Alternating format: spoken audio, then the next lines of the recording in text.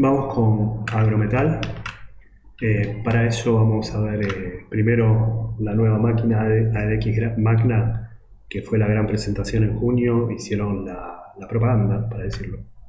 Vamos a verlo.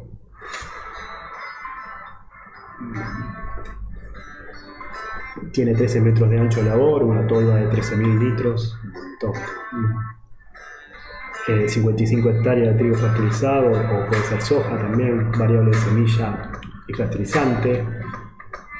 Un innovador plegado, sistema plegado, lo cual el transporte, la velocidad de transporte plegado es 120 segundos, balancín de ruedas, chasis articulado en 3 secciones, transferencia de peso hacia los alrededores, clava parejo en toda su labor, germinación óptima de la semilla, sistema doble shot, es decir, doble cosecha, doble fertilizante, doble tiro, ¿no? Pasa por todo tipo de camino y transporta hasta 40 kilómetros por hora, ¿no? El transporte.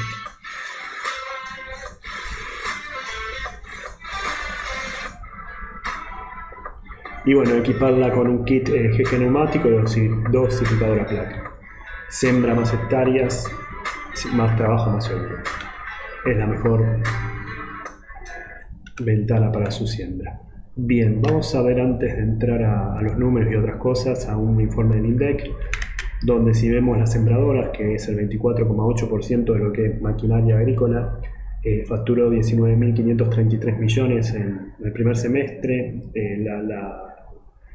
La máquina agrícola del 2018 acá no se ha verificado, fue malísimo, pero tiene ciertas,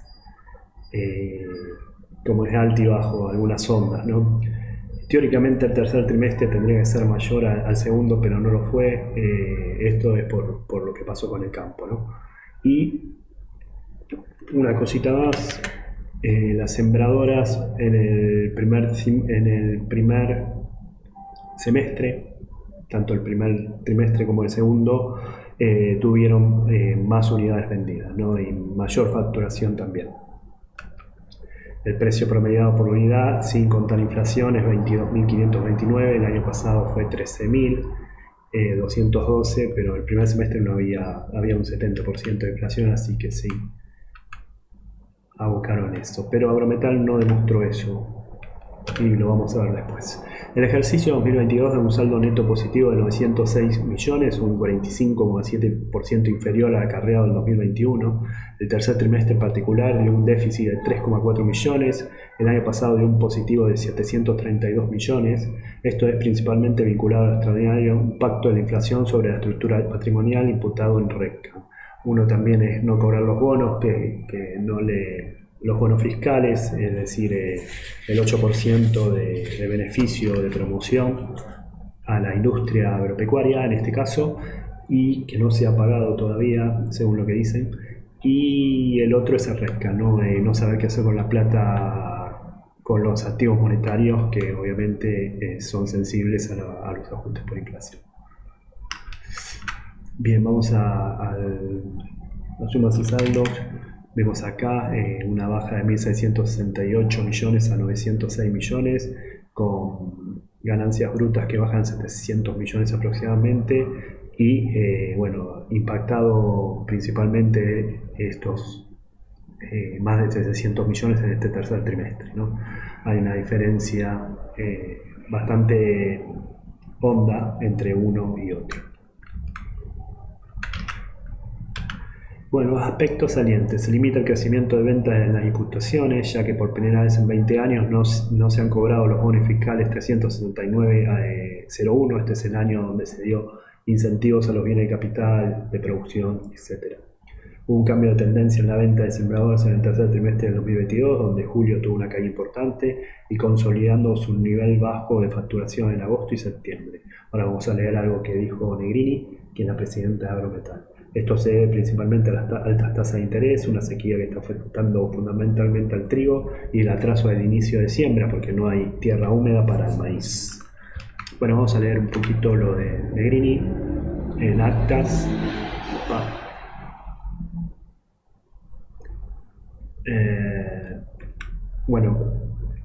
Habló Negrini en la evaluación de la actividad de la empresa. Se refiere al comportamiento de la demanda de sembrador, al cual se mantuvo en el primer semestre un nivel sostenido y similar al año pasado, caracterizado por una demanda que superaba al nivel de producción del sector.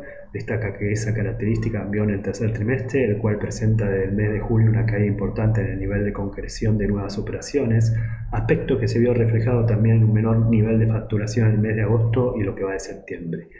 También puntualizaron, esta vez la TANSI, que el contacto permanente con la red concesionaria se puede percibir que existen dos factores claramente identificados con esta caída de nivel de ventas.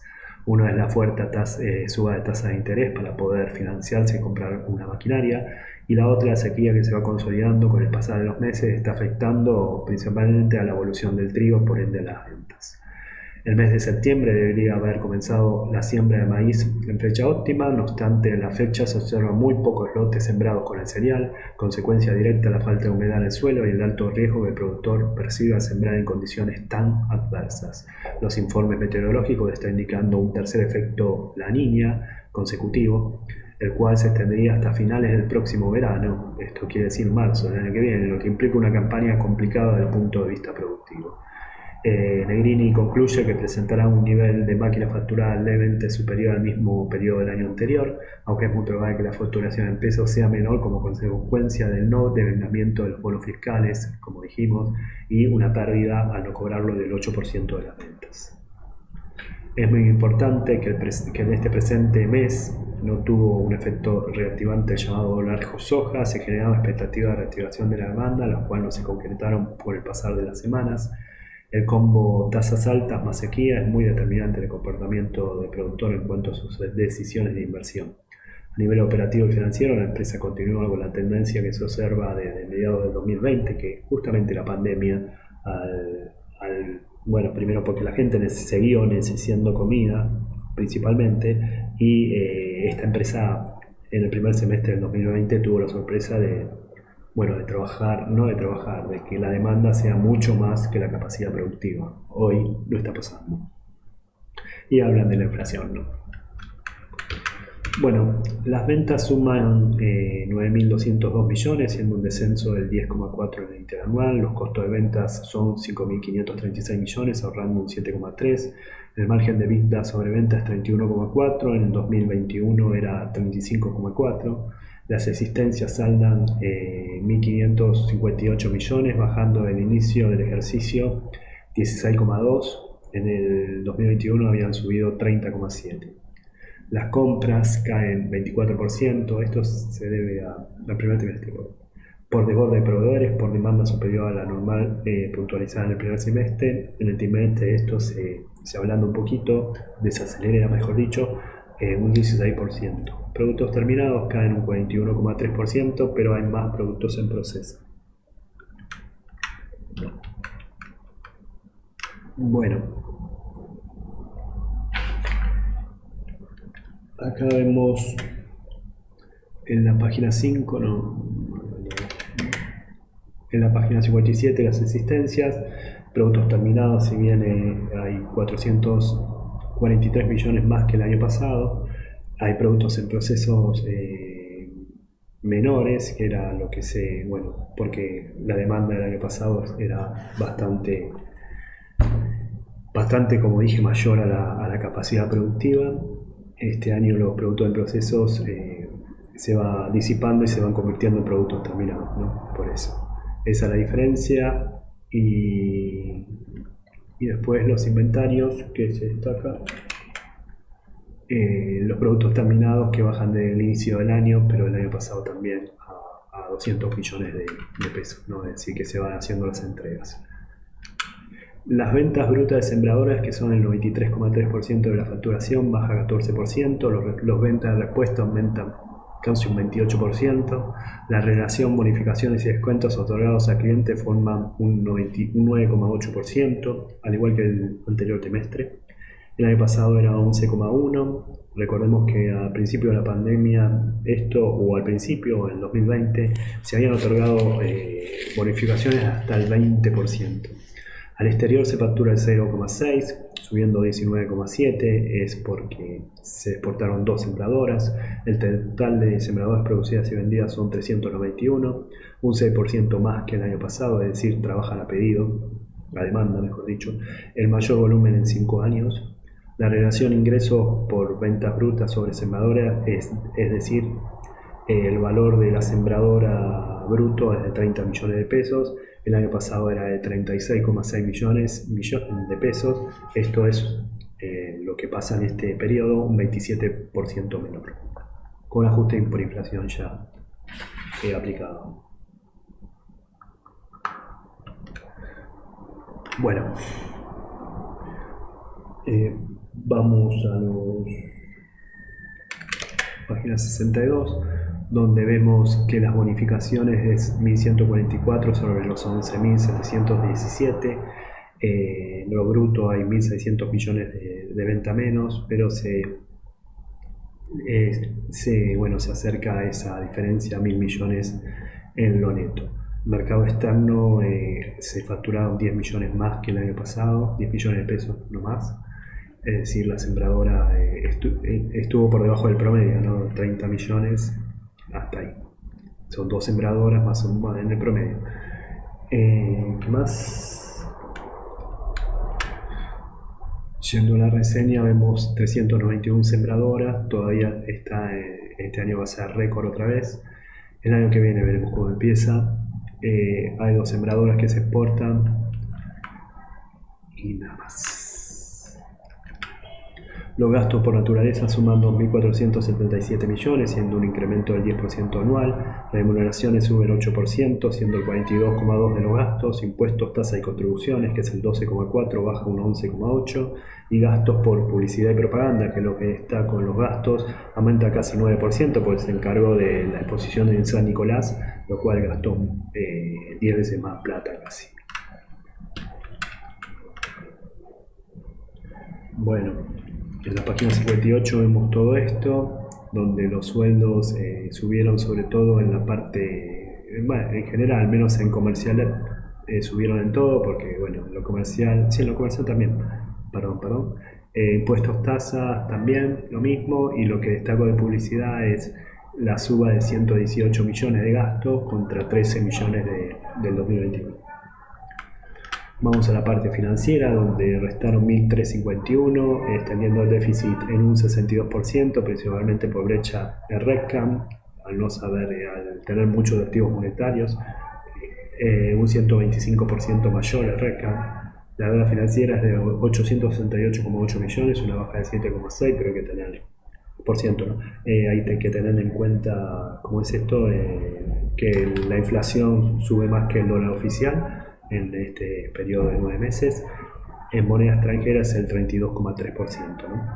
El índice total patrimonio el año pasado era un 10% de deuda sobre el patrimonio, es un 15%.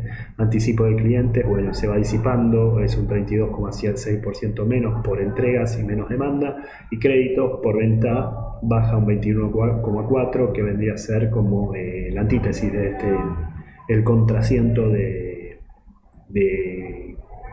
anticipo de clientes, por lo cual se ve, ¿no? El crédito por venta es cobranzas.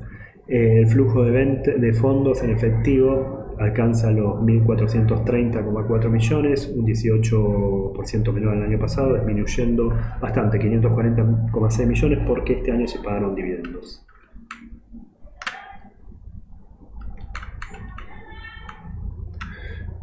¿A dónde estoy? Estoy acá. Bien. Vamos a la página 5. Bueno, el RECAM, como dije, hay una diferencia brutal, sean los trimestres, que hay, bueno, es menos que 125%, pero esto da eso.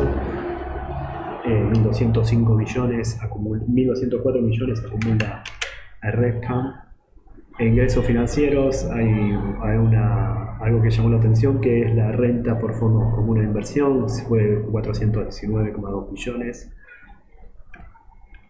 Después más o menos lo mismo. Bueno, lo vencido, las deudas y préstamos, tenemos lo corriente más que lo no corriente, pero siempre se manejó así, con deudas de corto plazo en general. Hay algunas que sí, que vencen en 2026, como son la de Santander, con una tasa del 58% promedio.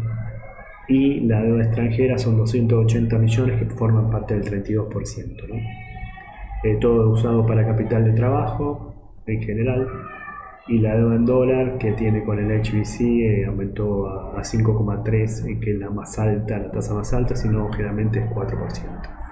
Igual acá en la historial de deuda va aumentando, ¿no?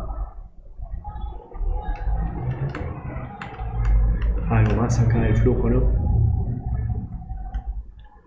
No, algo más, el 54 que tengo, esto ya está. Los cronogramas de vencimiento, bueno, vence en los 3 primeros meses, vence el 55% de las deudas, es decir, de acá a fin de año. Acá esto, lo que dije del índice de deuda sobre patrimonio es 15%, el año pasado del 10%. Destaco anticipo al cliente que bajan 700 millones, y está lo otro que es crédito por venta, que también baja, pero en menor medida, ¿no? Es decir, las cobranzas se van obteniendo, pero en menor medida que se va cancelando el rubro anticipo de clientes. Seguimos acá en el flujo de fondos, que bajan 540 millones. Si tomamos los flujos libre de fondos, que es esto menos compra de propiedades de propiedad de equipo, el flujo libre de fondos hay una disminución de unos 200 millones de pesos, y distribución de dividendos hace que esto sea, bueno, se baje, ¿no? La disminución de efectivos. Lo que sí me llamó la atención, porque los dividendos se pagaron 500 millones y acá aplicaron ajuste por inflación, lo cual no sé si no tiene sentido, ¿no? O sea, esos 90,5 no sé de dónde salen, excepto que se explique algo más, algún impuesto o algún recargo que tengan que saldar, pero no se suele hacer. Bueno, el 28 del 10 se pagó la cuarta y última cuota sin ajustar, es decir, no se ajustó por inflación, se siguió pagando 125 millones, 1,25 por acción. En otros créditos, los bonos fiscales recibidos suman 682,5, lo cual tuvo una depreciación de 54% desde el inicio del 2022. Bueno, acá hay una nota que después vamos a ver la página, que es muy interesante. La empresa NEA de 2.000 metros en nuevas obras, mejoras y ampliaciones de sectores productivos. Además, va a tirar una vieja planta, qué grito, del sector logístico de 1.500 metros para el almacenaje de materia prima.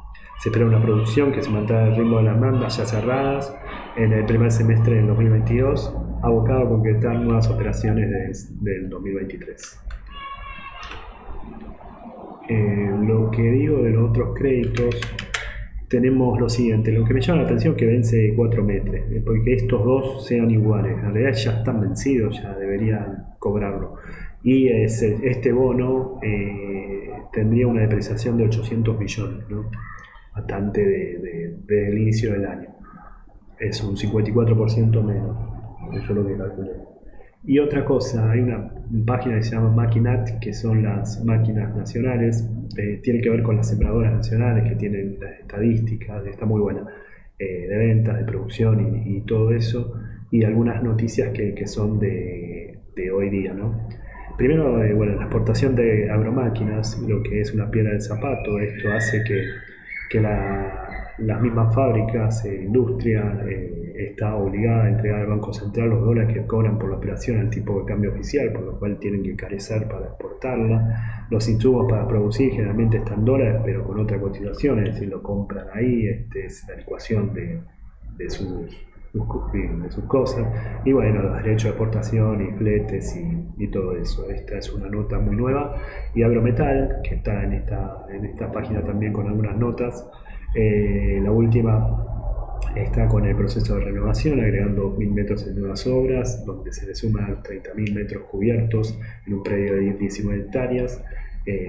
Primero la construcción de oficinas, una superficie de 400 metros, y después harán una demolición de una planta vieja para instaurar un nuevo sector logístico para acopiar materia prima a 1.500 metros, con 1.500 metros de cuadrados de extensión.